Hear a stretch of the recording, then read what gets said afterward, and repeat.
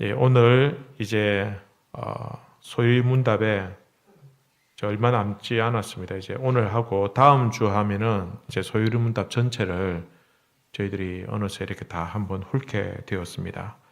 오늘은 마지막 부분에 기도에 대한 내용들입니다. 기도에 대한 내용들인데 오늘 특별히 기도에 대해서 이제 공부하고 주기도문 앞부분을 좀 잠시 살펴보고 다음 주 이제 마지막 부분을 이렇게 살펴보면 소유리 문답 전체 과정을 끝을 낼 수 있겠습니다. 먼저 여러분들 받으신 인쇄물을 다 참조하셔서 보시기 바랍니다. 자, 우리가 예수 그리스도 안에서 믿음과 생명에 이르는 그 회개와 그리고 외적인 수단들을 통해서 우리가 하나님의 진노와 저주를 피할 수 있다라고 말씀을 드렸습니다. 그죠? 기억나십니까? 자, 어떻게 하면 하나님의 진노와 저주를 피할 수 있습니까? 첫 번째는 그리스도 안의 믿음과, 그죠?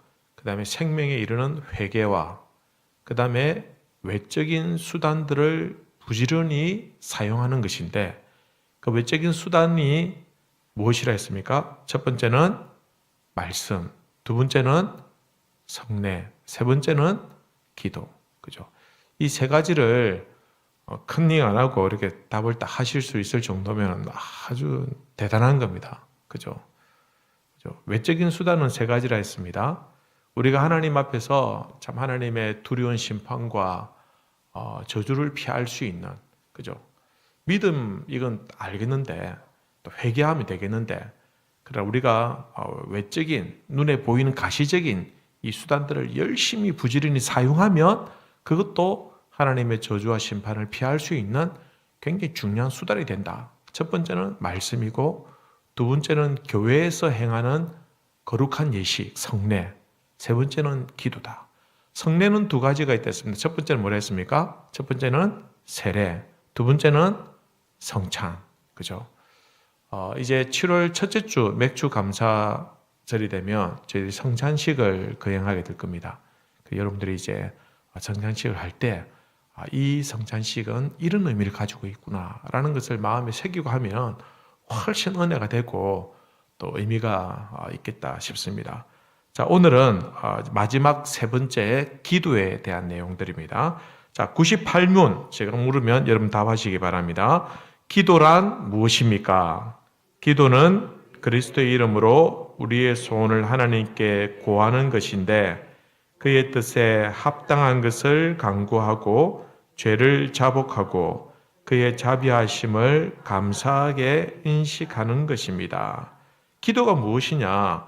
우리가 쉽게 말하면 예수님의 이름으로 하나님께 우리의 소원을 아뢰는 것을 기도라고 하는데 그것은 곧 하나님의 뜻에 합당한 것을 구해야 되고, 그죠? 우리 마음대로 구하는 것이 하나님 뜻에 맞는 것을 간구해야 되고, 그리고 기도할 때 우리의 죄를 자백해야 되고, 회개해야 되고, 그리고 하나님의 그 인자하심에 대해서 우리가 감사하는 것을 인식하는 것, 깨닫는 것이다. 라고 이렇게 말씀하고 있습니다.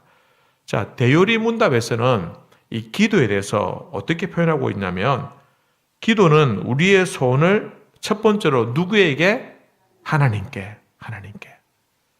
두 번째는 누구의 이름으로? 예수의 이름인데 여기에서는 그리스도의 이름으로. 예수님은 우리가 특정한 예수님이지만 여기서 말하는 의미는 예수라는 이름 그 자체가 아니라 우리가 믿는 예수님은 누구시라고요? 그리스도. 그죠? 그리스도의 이름으로. 그죠? 기름 부음 받은 자의 이름으로. 그죠? 그 당시에 예수님, 우리가 믿는 예수님 외에도 예수라는 이름을 가진 사람들은 많습니다. 그래서 그런 의미에서 예수가 아니라 그리스도의 이름으로. 그 다음에 누구의 도우심일까요? 성령의 도우심. 그죠? 성령의 도우심. 이제 착하면 착이네. 그죠? 성부입니다. 그죠? 기도에서 성부, 성자, 성령의 삼위일체 하나님의 역사가 굉장히 중요하다는 것을 의미하는 겁니다. 하나님께 기도하는 것이고, 예수님의 그리스도의 이름으로 기도하는 것이고, 그리고 우리의 기도가 우리의 능력으로는 참 부족하지만 성령님의 도우심으로 우리의 죄를 자백하고 하나님의 긍휼을 구할 때, 그리고 감사히 그것을 인정하고 인식하는 것이다. 이것이 기도다라는 것입니다. 자, 99문입니다. 하나님께서 우리의 기도의 지침으로 주신 법칙이 있습니까? 하나님의 모든 말씀이 우리 기도의 법칙으로 유용하지만 특별한 법칙은 그리스도께서 자기 제자들에게 가르쳐 주신 기도로 보통 주기도문이라고 합니다. 모든 말씀이 우리 기도의 법칙이라고 했습니다. 그죠? 그래서 주기도문에서 보여주지 않는 기도의 원리와 기도의 내용들은 어디에 근거해 있다고요? 말씀에 근거하는 겁니다. 그래서 기도가 굉장히 자유롭고 또 하나님과 우리와의 은밀한 개인적인 만남이지만 그러나 그 기도는 건전하고 건강한 기도는 어디에 기반을 해야 된다? 말씀에 기반해야 된다는 겁니다. 이 중요합니다. 우리의 기도는 어디에 있어야 됩니까? 말씀 위에 세워져 있어야 합니다. 그래서 기도 가운데 쓸모없는 기도 있습니다. 하나님께서 들으시지 않는 기도. 그것은 곧 말씀 위에 서 있는 기도가 아니라는 뜻입니다. 그래서 우리가 기도를 많이 하시는 분들은 균형감 있는 그 기도를 위해서는 말씀을 많이 하셔야 됩니다. 그죠? 내가 기도 생활만 막 한다고 해서 그게 좋은 게 아닐 수도 있습니다. 그래서 말씀도 많이 알아야 기도도 잘할 수 있습니다. 내가 기도를 잘 못하는 이유 중 하나가 말씀을 잘 모르기 때문에 기도를 못하는 것도 있습니다. 그래서 내가 기도를 좀 잘하고 싶다. 그러면 말씀을 보시면 기도를 잘할 수 있게 됩니다. 무엇을 기도해야 될지, 어떻게 기도해야 될지 그런 내용들을 말씀을 통해서 배울 수 있기 때문에 항상 기도는 말씀 위에 있어야 된다라는 것입니다. 그래서 우리가 하나님 말씀이 그 자체가 우리 기도의 중요한 법칙이 되기도 하고 특별히 예수님께서 제자들에게 보여주신 그 주기도가 주님이 가르쳐주신 그 주기도가 우리 기도의 중요한 지침이 된다라는 것입니다. 자, 그러면은 주기도가 왜 하나님의 백성들의 기도의 지침이 되어야 되냐라는 겁니다. 우리가 어떤 다른 있지 않습니까? 평화의 기도 아시죠? 주여 나를 평화의 도구로 사용하시. 그 아주 멋진 기도 아닙니까? 그죠? 굉장히 참 아름답고 멋진 기도인데 왜 그런 기도는 우리 기도의 지침으로 삼지 않고 왜 주기도를 우리의 기도의 지침으로 삼아야 되느냐라는 겁니다. 여러분 오늘날 기도 굉장히 멋지고 아름답고 참 마음을 울리는 감동적인 기도문들이 많이 있습니다. 그런 기도가 우리의 기도의 지침이 아니라 어떻게 보면은 오늘 말씀에 참 간략하고 짧고 그죠? 어떻게 보면 좀 드라이한 이런 기도가 어떻게 우리의 기도의 지침이 될 수 있냐라는 겁니다. 그렇게 이 기도가 우리의 기도의 지침, 우리의 기도의 법칙이 될 수 있는 이유는 첫 번째는 예수님께서 이 기도를 가르쳐 주셨기 때문입니다. 누군가가 우리하고 똑같은 죄인이 우리와 똑같은 연약한 사람이 가르쳐 주신 그런 기도가 아니라 하나님 스스로가 되시는 하나님 자신이 되시는 그 주님께서 우리에게 가르쳐 주신 기도이기 때문에 너희는 이렇게 기도하라. 우리의 기도를 받으시는 그 하나님의 뜻을 가장 잘 알고 있는 그 예수님께서 우리에게 가르쳐 주신 기도이기 때문에 이 기도야말로 가장 중요한 우리 기도의 규칙이 된다라는 것입니다. 그리고 이 기도가 왜 하나님의 자녀들의 기도가 될 수밖에 없냐면은 유대인들의 기도와 이방인들의 기도와 다르기 때문입니다. 자, 유대인들의 기도는 어떤 기도냐? 이런 그 가로 안에 외식이라고 쓰시면 됩니다. 외식. 유대인의 기도는 외식하는 기도입니다. 마태복음 6장에 보면 오늘 본문의 앞에 보면 6장 5절 6절에 이렇게 기도합니다. 또 너희는 기도할 때 누구와 같이 외식하는 자와 같이 하지 말라. 그들은 사람에게 보이려고 회당과 큰 거리 어귀에 서서 기도하기를 좋아하느니라. 내가 진실로 너에게 이르노니 그들은 자기 상을 이미 받았느니라. 너는 기도할 때 어디에 들어가? 골방에 들어가. 문을 닫고 은밀한 중에 내 아버지께 기도하라. 그죠? 그러면은 저 골방에 들어가지 않으면 기도가 아니냐? 그건 아니에요. 예수님께서 이렇게 극단적으로 골방에 들어가서 은밀한 중에 계신 하나님께 기도하라라고 말씀하신 이유가 무엇이냐면 유대인들이 외식하는 기도를 하기 때문에 그렇습니다. 유대인들은 기도를 드러내놓고 합니다. 큰 거리에서 손을 들고 막 속된 말로 똥폼을 잡고 이렇게 손을 들고 기도하는 거예요. 사람들이 그걸 볼 때마다 야, 참 저 바리새인은 참 신앙이 좋은가 보다. 참 멋지네.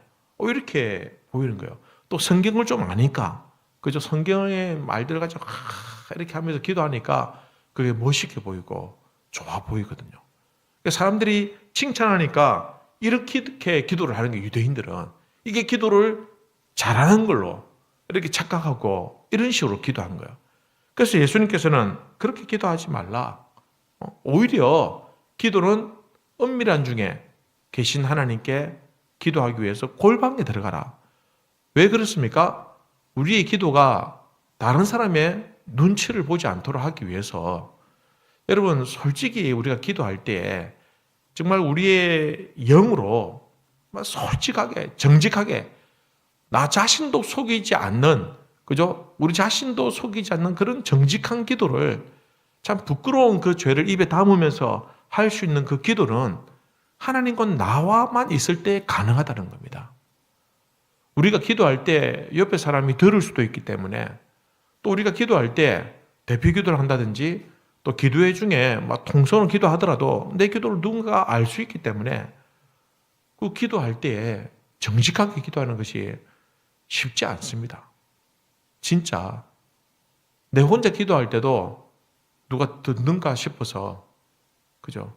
하나님이 듣는가 싶어서 하나님 앞에서도 우리가 부끄러워서 차마 입에 담지 못하는 그런 죄들이 있더라라는 것입니다.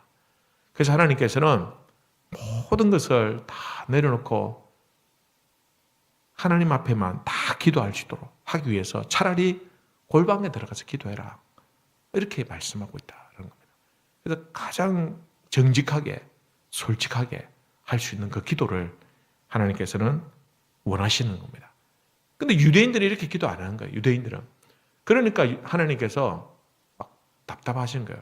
그래서 예수님께서 그들의 기도는 외식하는 기도다. 그죠?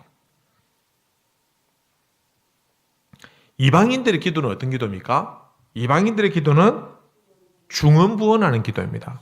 7절 보시면 또 기도할 때 이방인과 같이 무엇하지 마라? 중언부언하지 말라. 그들은 말을 많이 하여야 들으실 줄 생각하느니라. 여러분 여기서 중요한 것은 이방인들이 왜 중언부언하냐라는 겁니다. 여러분 성경에 보면 우상은 이방인들은 누구에게 기도합니까? 우상에게 기도하죠. 우상에게 기도하는데 우상이 귀도 없고 눈도 없고 들을 수도 없고 볼 수도 없기 때문에 하나님께서 성경에서는 그렇게 말하고 있다. 우상에게 우상 눈도 없고 귀도 없는데 듣지도 못하는 신에게 기도한다라고 이렇게 지적하고 있습니다. 그러니까 우상에게 기도하면 듣지도 못하고 보지도 못하는 그 신에게 기도하니까 어떻게 기도합니까? 계속해서 똑같은 말을 또 하고 또 하고 또 한다는 그렇게 빗대서 말하고 있는 겁니다. 그래서 이방인들은 기도 그 자체가 듣지도 못하고 보지도 못하는 그 우상에게 하는 기도이기 때문에 계속해서 응답이 없는 기도이기 때문에 진실한 인격적인 대화를 통한 기도가 아니기 때문에 그 기도는 중언부언이 될 수밖에 없다라는 것입니다. 똑같은 말을 계속 한다는 말이 아니라 이 기도를 해도 응답이 없으니까 또 하던 말하고 또 하던 말하고 또 하던 말 또 하게 된다는 겁니다. 그래서 우리가 하는 기도는 좀 다릅니다. 여러분 우리가 하나님께 기도했습니다. 하나님 이거 이렇게 해주십시오. 기도했는데 응답이 없어요. 그래서 그 다음날 또 똑같은 기도를 하는 거야. 그럼 이게 중언부언 기도냐? 이건 중언부언 기도와는 다른 겁니다. 하나님께서 응답해 주시지 않는 그 자체가 우리와의 인격적인 만남을 통해서 기도를 통해서 하나님께서 아니다라고 대답하실 거죠. 근데 우리는 또 나아가서 또 기도하는 겁니다. 또 매달리고 또 엎드리는 것이죠. 그러니까 이거는 중언부언하는 기도가 아니라 거절당했지만 하나님이 들으시고도 응답하지 않으셔서 내가 또 다시 한 번 더 간절하게 매달리는 그런 기도인 것입니다. 그래서 우상에게 하는 기도는 아예 교류가 안 되는, 대화가 안 되고 소통이 안 되는 기도이지만 우리는 하나님과 소통하는 기도잖아요. 그죠? 하나님과의 인격적인 만남을 통해서 하는 기도잖아요. 그러니까 이방인들과의 기도는 다를 수밖에 없다라는 겁니다. 이방인들은 그들이 하는 기도 그 자체가 죽음 부은 기도가 된다라는 것입니다. 그래서 예수님께서는 유대인들 같이 기도하지 말고 이방인 같이 죽음 부은하는 그런 기도하지 말고 너희는 이렇게 기도하라 하라면서 주기도문을 제자들에게 또 오늘 이 시대 우리에게 가르쳐 주셨다라는 것입니다. 그래서 예수님께서 이 기도가, 주기도가 하나님의 백성들이, 하나님의 자녀들이 해야 되는 가장 기본적인 기도, 가장 원칙적인, 가장 규칙적이고 완벽한, 가장 모범이 되는 그런 기도라는 것을 강조하고 있는 겁니다. 그래서 주기도는 기도하는 사람이, 이 주기도는 누가 하는 기도입니까? 주기도는 누가 하는 기도입니까? 하나님의 자녀들이 하는 기도입니다. 하나님 백성들이 하는 기도입니다. 다른 사람들이 하는 기도 아닙니다.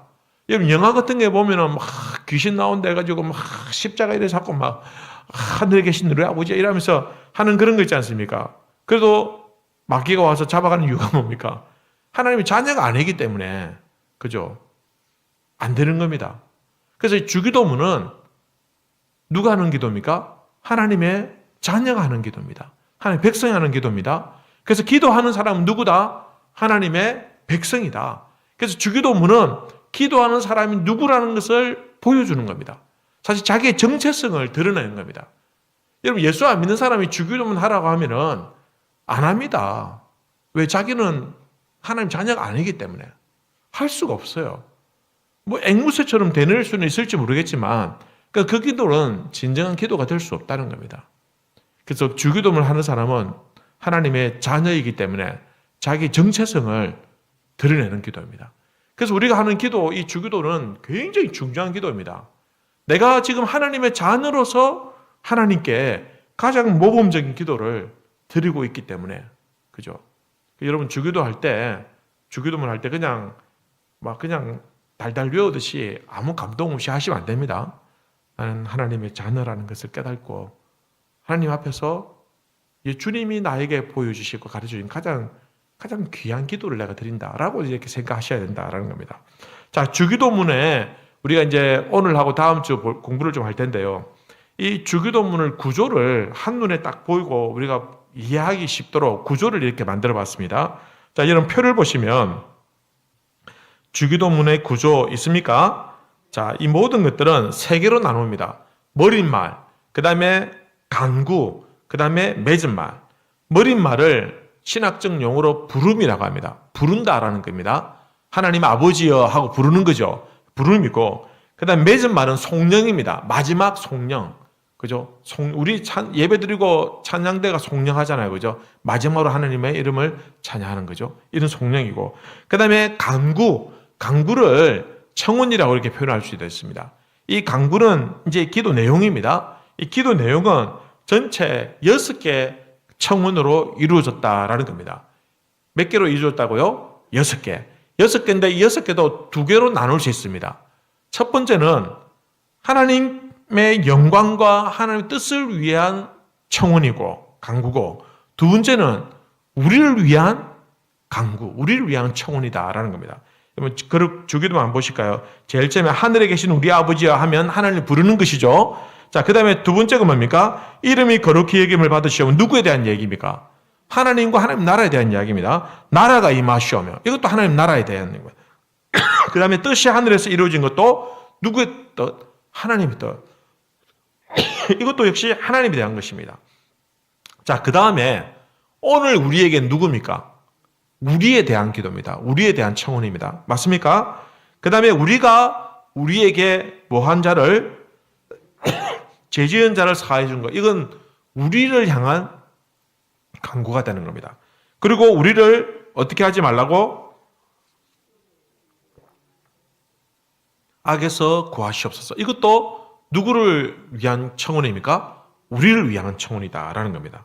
그래서 앞에 세 개는 하나님의 영광과 하나님의 뜻을 위한 청혼이고 뒤에 세 개는 우리를 위한 청혼이다라는 겁니다. 이렇게 6가지 청혼이 있고 그 다음에 마지막에 나라와 권세와 영광이 아버지께 영원히 있사옵나이다 라고 이렇게 마지막 송령을 이렇게 맺고 있다라는 것입니다. 자, 그래서 주기도문은 전체 우리가 볼 때 머릿말, 그죠? 부름이 있고 제일 마지막 맺은 말 송령이 있고 그 다음에 안에는 내용이 몇 개로 되어 있다? 6개 강구로 되어 있는데 6개는 2개로 분류해 있다. 첫 번째는 하나님께 대한, 두 번째는 우리에 대한. 여러분 십계명도 그렇잖아요. 십계명도 1, 2, 3, 4까지는 하나님에 대한 내용이고 5부터는 우리에 대한 내용이잖아요. 그죠? 그렇게 하듯이 이 주기도문도 그렇게 구분이 되어 있다라는 겁니다.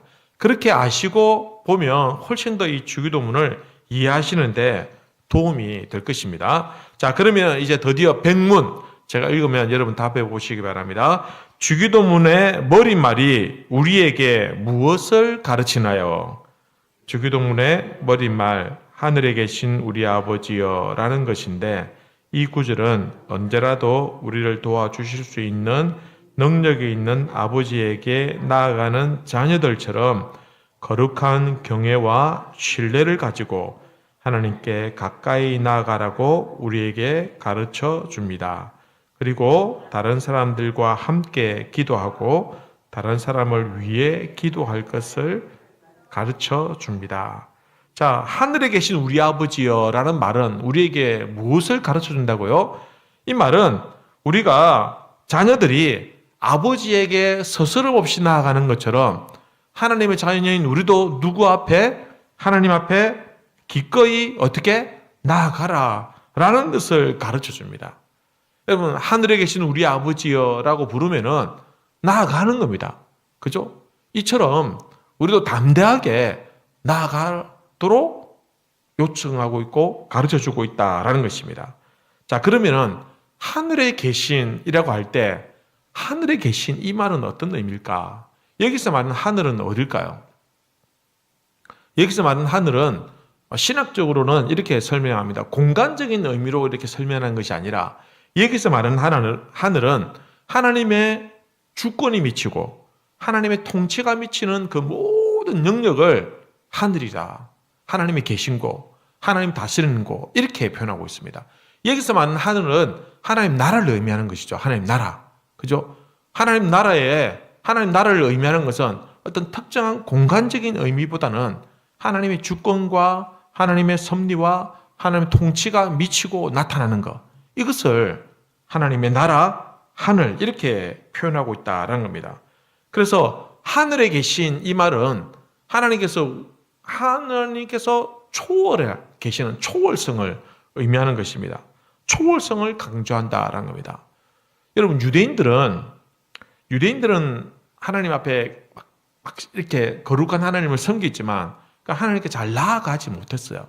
거룩하신 하나님 얼굴을 보면 자기들은 죽는다라고 생각했었어요. 근데 예수님께서 우리가 기도할 때 너희는 유대인들이 생각하는 것처럼 저 멀리 떨어져 가지고 멀리 계신 하나님께 그냥 기도하고 기도해주면 축복해주면 그걸로 그냥 먹고 사는 그런 존재가 아니다. 너희는 하나님 앞에 하늘에 계신 우리 아버지 하면서 가까이 나아가라, 기꺼이 나아가라 라는 것을 예수님께서 이 기도를 통해서 우리에게 가르쳐주고 있다라는 겁니다. 특별히 아버지여 라고 할 때 여러분 여기서 기록한 성경을 보면 아람어로 해가지고 아빠라는 뜻을 가지고 있습니다. 예수님이 그러니까 하늘에 계신 아빠 이렇게 표현하고 있습니다. 우리가 말할 때 아버지 이렇게 하는 거하고 아빠 하는 거하고 다르잖아요. 그죠? 똑같은 의미지만 그러나 아버지라는 말보다는 아빠라는 말이 훨씬 더 친근감 있고 더 가깝다는 그런 의미잖아요. 예수님께서 이 아빠라는 단어를 썼어요. 그러니까 너희들은 하늘에 계시지만 저 초월에 계시지만 그러나 그분 앞에 아빠라고 부르면서 가까이 나아가라. 이런 의미로 이렇게 하늘에 계신 우리 아버지여 라고 이렇게 불러라 라는 것입니다. 예수님이 그렇게 기도했죠. 하늘에 계신 우리 아버지여라고 했으니까 예수님 스스로가 뭡니까 지금? 예수님 스스로가 하나님의 아들이라는 것을 나타냅니다. 그죠? 지금 기도하는 사람이 하나님을 뭐라고 부릅니까? 아빠라고 부르고 있는 거예요. 그러니까 하나님은 우리의 아빠가 되시고, 그죠? 우리는 하나님의 자녀가 되는 겁니다. 자녀가 된다. 그냥 우리가 막연하게 생각하는 그 하나님의 자녀, 하나님의 백성 이런 개념이 아니라 진짜 집에 가면 아빠 하는 것처럼 어린 아이들이 아빠하고 달려오는 것처럼 그런 관계로서 지금 예수님이 하나님께 기도를 하고 있고, 또 우리가 이렇게 기도하라라는 말은 뭡니까? 지금 예수님이 하나님을 아빠라고 부르는 것처럼 우리도 그 초월에 계시는 그 하나님이지만 그러나 아빠라고 부르면서 다가가는 것처럼 그렇게 기도하라라는 것을 이 기도문을 통해서 우리에게 강조하고 가르쳐주고 있다라는 것입니다. 자, 하늘에 계신 아빠에게 기도하는 것은 그럼 아빠라는 그 친근감을 강조하죠. 그죠?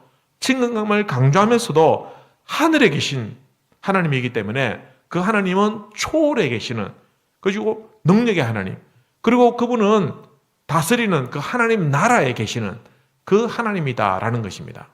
그래서 첫 번째 이 부름을 통해서 하나님은 하늘에 계시기 때문에 초월에 계시지만 그러나 우리는 그분을 아빠라고 부르면서 친근감 있게 다가갈 수 있다라는 것입니다. 그 이야기를 이 첫 번째 이 문장에서 표현하고 있는 겁니다. 자, 그러면은 그 다음 101문 넘어가도록 하겠습니다. 101문 첫 번째 청원에서 우리는 무엇을 위해 기도해야 합니까? 첫 번째 청원, 당신의 이름이 거룩히 여김을 받으시오며에서 우리는 하나님께서 자신을 나타내는 모든 일에 있어서 우리와 다른 사람들로 하여금 능히 하나님을 영화롭게 하실 것과 모든 것을 하나님 자신의 영광이 되도록 처리해 주시기를 구하는 것입니다. 자, 첫 번째 청원이 뭐라고 했습니까? 이름이 거룩히 여김을 받으시오며, 이름이 거룩히 여김을 받으시오며, 이 말은 도대체 무슨 말이냐라는 말입니다. 자, 이름이 거룩히 여김을 받으신다라는 말은요, 하나님께서 모든 그 자신을 나타내는 그 일에 있어서 우리와 그리고 다른 사람들로 하여금 하나님은 영화로운 분이고 하나님은 놀라운 능력의 하나님이라는 것을, 영광의 하나님이라는 것을, 그것을 하나님께서 모든 사람들에게 나타내 달라고 우리가 그렇게 강구하고 있다라는 겁니다. 이 말은 무슨 말입니까? 하나님께서 하시는 모든 일들이 하나님의 자신의 영광이 되도록 우리가 기도하는 겁니다. 자, 여러분, 이 말은 사실은 청원이라기보다는 강구하는 것보다는 오히려 찬양에 가깝습니다. 그죠? 하나님 막 이렇게 하나님 이름이 거룩히 여김을 받으시옵소서, 이 말은 우리가 감히 그렇게 해달라고 기도한다기보다는 하나님을 찬양하는 듯한, 원래 거룩한 분이니까 찬양하는 듯한 그런 의미가 좀 강하게 나타나 있습니다. 그래서 어떤 유명한 신학자는요, 우리나라 출신의 세계적인 유명한 신학자는 이 1번, 2번, 3번 청원 있지 않습니까? 강구를 이걸 세 개로 분류하지 않고 하나로 딱 뭉뚱그려서 하나의 강구다라고 이렇게 주장하기도 합니다. 어쨌든 여기서 이름이 거룩히 여김을 받는다라는 말은, 이 거룩이란 말은 다른 피조물들과는 차원이 다른, 그죠? 초월적인 그런 존재라는 것을 나타냅니다. 그런데 우리가 생각할 때는 거룩이라고 얘기하니까 깨끗하고, 그죠? 윤리적으로 좀 흠이 없는, 이렇게 생각하잖아요. 그러나 사실 여기서 말하는 그 윤리적으로 흠이 없다라고 한다면 하나님과 우리는 비교 대상이 되는 겁니다. 그죠? 그러나 하나님 우리와 비교할 수 있는 분이 아니죠. 하나님은 우리에 비해서 거룩한 분이다. 이거 말이 안 된다는 겁니다. 하나님은 거룩한 분 맞습니다.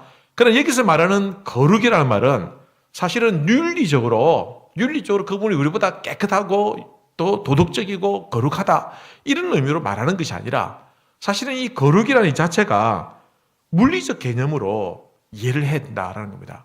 그러니까 아예 우리와는 전혀 다른 그 하나님 나라에 계시는 그 거룩한 분이다 라고 이렇게 생각합니다.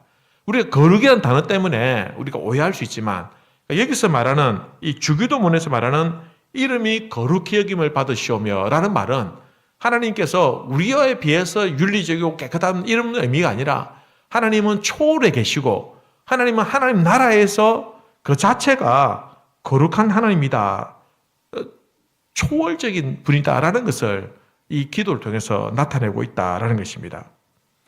그래서 하나님께서 거룩한 분이기 때문에, 그러나 그 개념이 우리에게 다가올 때는 우리는 또 이것을 우리에게 적용할 때는 우리는 초월적인 존재가 될 수 없잖아요. 그래서 이 단어를 통해 우리는 윤리적으로 이 말을 우리의 삶 속에 적용을 해야 한다라는 것입니다. 그래서 우리가 거룩하게 살아야 될 이유가 무엇이냐? 하나님은 거룩한 분이고 우리는 그 하나님에게 속해 있는 자입니다. 그래서 우리는 초월적인 존재는 아니지만 하나님께 속해 있고, 그리고 하나님의 뜻에 합당하게 살아야 될 그 피조물이기 때문에, 그래서 우리는 이 땅에서 거룩한 삶을 살아야 되는 거예요. 우리를 성도라고 하는 이유가 무엇입니까? 우리는 거룩한 무리, 하나님의 자녀라는 것을 말하는 겁니다. 우리 성도라는 것은. 그러니 우리가 하나님에게 속한 자이기 때문에 우리도 하나님의 그 속성을 본받아서 거룩한 삶을 살아야 된다라는 것입니다. 예수님께서 이름이 거룩히 여김을 받으시오며 라는 말은 하나님 우리보다는 더 거룩하게 사십시오 이런 뜻이 아니라 하나님은 이미 초월적인 분으로 계시지고, 그러니까 그 하나님에게 속해 있는 우리는 그 하나님의 거룩으로 말미암아 우리도 이 땅에서 거룩한 삶을 살게 해주십시오 라고 이렇게 말씀하고 있다라는 것입니다. 조금 이제 어려울 수도 있습니다만은, 그러나 이 말의 의미는 그런 의미를 가지고 있다라고 그렇게 이해를 하시면 되겠습니다. 자, 그다음 102문 두 번째 청원 넘어가겠습니다. 자, 두 번째 청원에서 우리는 무엇을 위해 기도해야 합니까? 두 번째 청원, 나라가 임하시오며에서 우리는 사탄을 나라가 멸망하고 은혜의 나라가 호황하며 우리와 다른 사람들로 하여금 그리로 들어가 거기 항상 있게 하시고 또한 영광의 나라가 속히 임하시기를 구하는 것입니다. 자, 여러분 여기서 오탄데 죄송합니다. 우리는 사탄의 나라가 멸망하고, 자, 하나님의 나라가 임하시오며 라고 기도하는 것은 어떤 의미냐면, 이것은 약한 세상의 나라, 사탄이 다스리고 사탄이 권세 있는 그 나라가 망하고 하나님의 그 은혜의 나라가 왕성하게 되고, 또 우리도 그 나라에 들어가서 거기서 항상 그 하나님 나라에 임하게 해달라고 하는 겁니다. 그리고 또한 그 영광의 나라가 우리 가운데 속히 임하게 해주십시오 라고 기도하는 겁니다. 자, 하나님의 나라가 임하게 해달라는 겁니다. 하나님의 나라가. 자, 여기서 말하는 하나님의 나라는 어떤 나라냐? 요한복음 18장 36절에 보면 이렇게 말씀하십니다. 예수께서 대답하시되 내 나라는 이 세상에 속한 것이 아니니라. 이 말은 무슨 의미일까요? 이 세상에 속해 있지 않다라는 말은 이 세상의 나라들과는 다르다는 뜻입니다. 이 세상의 나라들은 정치적인 나라이죠. 그죠? 눈에 보이는 가시적인 나라죠. 그러나 하나님의 나라는 이런 나라들이 아니다라는 겁니다. 이 세상에 속한 것이 아니다. 하나님의 통치가 임하고 하나님의 권세와 하나님의 다스림이 통하는 나라가 하나님의 나라다라는 겁니다. 그래서 하나님의 나라는 어떤 공간적인 것을 말하는 것이 아니라 하나님의 통치와 하나님의 다스림이 나타나는 그 상태가 바로 하나님의 나라가 되는 겁니다. 지금 내 마음에 하나님이 임하시고 하나님의 다스림이 나에게 나타나고 하나님이 통치하시는 우리 자신이라고 한다면 우리 안에 하나님의 나라가 임한 상태가 되는 것이다 라는 겁니다. 그렇게 이해를 하시는 겁니다. 자, 우리 교회가 주님께서 다스리시고 통치하시는 나라다라고 한다면 여기에 우리 가운데 하나님의 나라가 임하였다라고 이렇게 표현하는 겁니다. 그래서 우리가 살고 있는 이 세상에 하나님의 나라가 임하게 해주십시오라고 기도하는 거 아닙니까? 나라가 임하시오며 하나님의 다스림이 이 땅에 임하시오며 하나님의 통치가 이 땅에 임하시오며 그렇게 기도하는 겁니다. 근데 그 나라는 그러니 공간적인 나라, 눈에 보이는 땅에 밟히는 그런 나라가 아니다라는 겁니다. 그러면 어떤 분들은 이제 이렇게 생각하실 수 있습니다. 그러면은 나중에 우리가 죽으면 천국은 있나? 천국 없는 거 아니냐? 이렇게 이제 생각하실 수도 있는데 천국은 분명히 계십니다. 그러니까 그 천국, 거기서 말하는 천국은 이 세상이 완전히 망하고 난 다음에, 멸망하고 심판받고 난 다음에 이르는 완성된 천국을 말하는 것이고, 그죠? 그리고 지금 우리가 발디디고 있는 이 땅에서 하나님의 나라를 구하는 이유가 무엇이냐면, 하나님의 통치와 다스림이 우리 가운데, 우리 삶 가운데, 우리 직장 가운데, 우리 가정에 임하게 해달라고 기도하는 겁니다. 하나님이 다스리는 가정이 되게 해주십시오. 지금은 천국이 아니지만, 그러니까 하나님의 나라가 우리 가운데 임하게 해주셔서 하나님 나라를 경험하고 하나님 나라를 맛보고 하나님 나라를 소망하며 살게 해달라는 그러한 기도가 여기에 담겨 있다라는 것입니다. 그래서 우리가 이 땅에서 기도할 때에 유대인들은 예수님이 우리한 것처럼 그들은 정치적인 나라를 생각했습니다. 유대인들은 그 당시에 로마의 식민지 하에 있던 그 나라가 회복이 되는 것을 말했습니다. 구약시대 때는 바벨론으로부터 자유함을 얻는 그런 나라를 회복을 의미하고 있었지만, 그러나 그것은 일시적이고 부분적인 나라이지 온전한 하나님의 나라가 될 수는 없다라는 겁니다. 여러분, 하나님의 나라는 하나님께 돌아오는 겁니다. 마치 탕자가 돌아오는 것처럼. 그리고 예수님께서 이 땅에 하나님의 나라가 이루어진다. 이 땅에서의 하나님 나라를 말씀하신 적은 없다라는 겁니다. 이 땅에서 이루어질 나라로 한다면, 여러분, 인간의 노력으로 이루어질 나라로 한다면 그건 더 이상 하나님의 나라가 아니라는 겁니다. 인간의 나라이지 하나님의 나라가 아니다라는 겁니다. 여러분, 교회도 마찬가지입니다. 교회도 인간적인 노력으로 만들어지고 있다고 한다면 그 교회는 하나님이 다스리는 교회가 아닙니다. 하나님 통치하는 교회가 아닙니다. 하나님이 다스리고 통치하는 교회는, 하나님 뜻이 나타나는 교회는 하나님께서 원하시는 뜻대로 말씀을 따라가는 교회, 그 교회가 하나님의 나라가 임한 교회가 된다라는 겁니다. 이 땅에 숱한 교회들이 많이 있지만 인간적인 방법으로, 인간적인 어떤 계획으로, 인간적인 생각으로 자꾸 이렇게 시도하고 또 평가하고 또 그렇게 교회를 만들어 간다라는 것은 그건 하나님의 나라가 임하지 않는 인간의 왕국에 불과하다라는 것입니다. 여러분, 누가복음 17장에 보면 하나님 나라에 대해서 아주 중요한 힌트를 주는 말씀이 하나 있습니다. 같이 한번 읽어보실까요? 시작. 바리새인들이 하나님의 나라가 어느 때에 임하나이까 묻거든 예수께서 대답하여 이르시되 하나님의 나라는 볼 수 있게 임하는 것이 아니요 또 여기 있다 저기 있다고도 못하리니 하나님의 나라는 너희 안에 있느니라. 자, 여기 이 말씀은요, 무슨 뜻이냐면 하나님 나라가 임하긴 임하는데 여기 있다 저기 있다고 말할 수 있는 것이 아니다라고 말하고 있습니다. 그러니까 너희 안에 있다라는 말은 너희 심령 안에 있다라는 겁니다. 사실 어떤 분은 또 지금 예수님 말씀하시고 있는 중에 주위에 사람들이 많기 때문에 너희 가운데 있다, 예수님 자체를 하나님 나라라고 이렇게 표현한 것이다 라고 표현하는 분들도 있지만, 사실은 뭐 그렇게 억지로 해석할 수도 있겠습니다만, 그러나 그것보다는 우리 심령 가운데, 우리 심령 안에 하나님 나라가 임하고 있다라는 것입니다. 지금 우리 안에 예수님이 계시고 예수님 나라를 통치하고 다스리면 내 가운데 하나님 나라가 임하고 있습니다. 그러니까 그 하나님의 나라는 아직 완성된 것은 아니라는 겁니다. 완벽하게 이루어진 나라가 아니다라는 거예요. 그 나라는 언제 이루어집니까? 주님께서 이 땅에 다시 오시고 세상을 심판하시고, 그리고 그 다음에 하나님의 영원한 나라가 완성된다라는 겁니다. 그러니까 우리가 그때까지 우리가 살아가야 되는데, 우리가 이 땅에서 살아가야 되는데, 그래서 우리가 하나님 나라를 바라보고 소망하고 살아가게 해달라고 나라가 임하시오며 라고 기도하라는 겁니다. 그죠? 지금 완전한 하나님 나라를 누리고 있지는 않지만, 그러나 하나님께서 통치하시고 다스리는 것이 하나님의 나라로 간다면 그 나라를 우리는 지금 경험할 수 있다는 겁니다. 완벽하지는 않지만 그 나라를 누릴 수 있다라는 겁니다.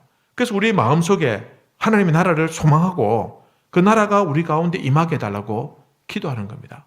그 나라가 임하게 해달라면 어떻게 됩니까? 하나님 말씀대로 살고 믿음대로 살고 하나님 뜻대로 살면은 하나님은 나의 마음에서 나를 다스리시고 통치하시니 내 가운데 내 안에 하나님 나라가 임하고 있다라는 것입니다. 오늘 예수님께서 제자들에게 오늘 이 시대를 주기도문을 암송하고 있는 모든 하나님 백성들에게 지금 그 말씀을 하고 있는 거예요.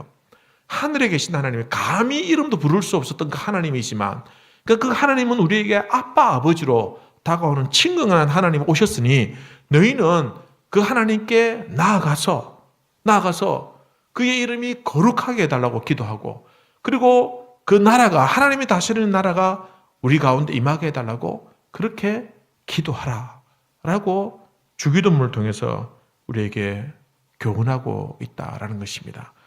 여러분 그렇게 생각하면 우리가 주기도문을 할 때마다 가볍게 할 수 없습니다. 정말 할 때마다 오늘 배웠던 말씀들을 머리에 딱 생각해두고 담아두고 한 말씀 한 음절 암송할 때마다 간절한 마음으로 절박한 마음으로 그 뜻을 깨닫고 이 말씀을 암송해야 된다라는 것입니다. 제가 중학교 때 한문 과목이 있었어요. 한문 과목이 있는데 이 과목 일주일에 딱 1시간이 있거든요. 1시간인데 시험을 치면은 국어, 영어, 수학은 40점 만점에 하는데 한문은 10점 만점이에요. 그러니까 아이들이 한문이 어려우니까 포기하는 거예요. 포기하고 그 시간에 그 많은 시간을 들여가지고 겨우 10점 얻을 바에야 차라리 뭐 국영수에 시간을 투자해서 공부를 하겠다라고 하는 거예요. 근데 어떤 애들이 한문을 잘하는 애들이 있는데 딱 두 부류가 있어요. 하나는 무조건 외우는 거예요. 무조건. 한문은 무조건 외우는 거예요. 무조건 외우고 또 한문 뭐 이렇게 문장 같은 거 있지 않습니까? 그거를 쓸 때 그냥 달달달달달달 외워가지고 그냥 하는 거예요. 뜻이 뭔지도 모르고 그냥 뭐 외우다 보니까 가로 역기 나오면 그냥 쓰는 거예요. 그냥 외워가 쓰는 거예요. 무슨 뜻인지도 모르고.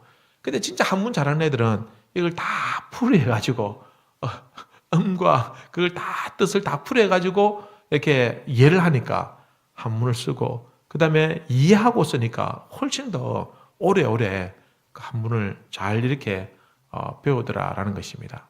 여러분 우리가 주기도문 할 때도 마찬가지입니다.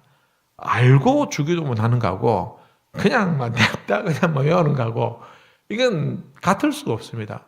여러분 초등학생들이 주기도문 하는 거하고 이제 소리문답 공부하신 분들이 주기도문 하는 거하고 절대로 같을 수가 없습니다. 이 의미를 새기고 마음에 잘 새겨서 우리가 이 기도를 할 때 정말 이 기도를 통해서 하나님 앞에 나아가고 이 기도를 통해서 진정성 있는 기도를 통해서 할 때 우리에게 이 기도는 더욱더 큰 은혜가 된다라는 것입니다.